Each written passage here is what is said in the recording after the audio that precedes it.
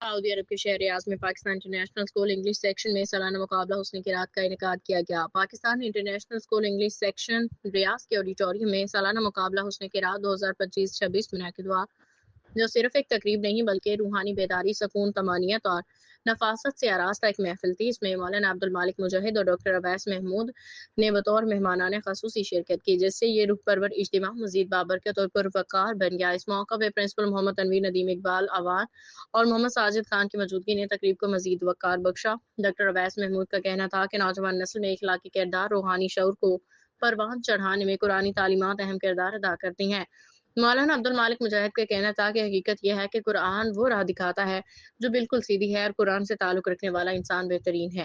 اس پروقار تقریب کا آغاز تلاوت کلام الہی سے ہوا۔ اس مقابلے میں جماعت پنجم سے جماعت A2 تک کے طلباء نے نہایت خوش اسلوبی، اعتماد اور اعلیٰ معیار قرات کے ساتھ حصہ لیا۔ ان کی خوش الحان دل سوز قرات نے حاضرین مجلس کی روحانیت سے معطر کیا۔ سر عمر فاروق گیلانی نے قرآن مجید پہ ایک دلنشین نظم پیش کی جس نے سامعین کے دلوں کو چھو لیا۔ سر نعمان قریشی نے اپنے مختصر مگر مؤثر خطاب میں قرآن کریم کی تعلیمات کو سمجھنے اور ان پہ عمل کرنے کی اہمیت کو اجاگر کیا، جبکہ سر عبدالرحیم اقبال نے ماہ رمضان کے آمد اور اس کے روحانی برکات کو اپنانے کے حوالے سے ایک بامعنی پیغام دیا۔ ونگ ہیڈز جناب ندیم اقبال اوان اور جناب محمد ساجد خان نے معزز مہمانوں کا تہہ دل سے شکریہ ادا کیا۔ منتظمین حافظ اظہر الدین بدر اور حافظ ابو عبیدہ کو خصوصی خراج تحسین پیش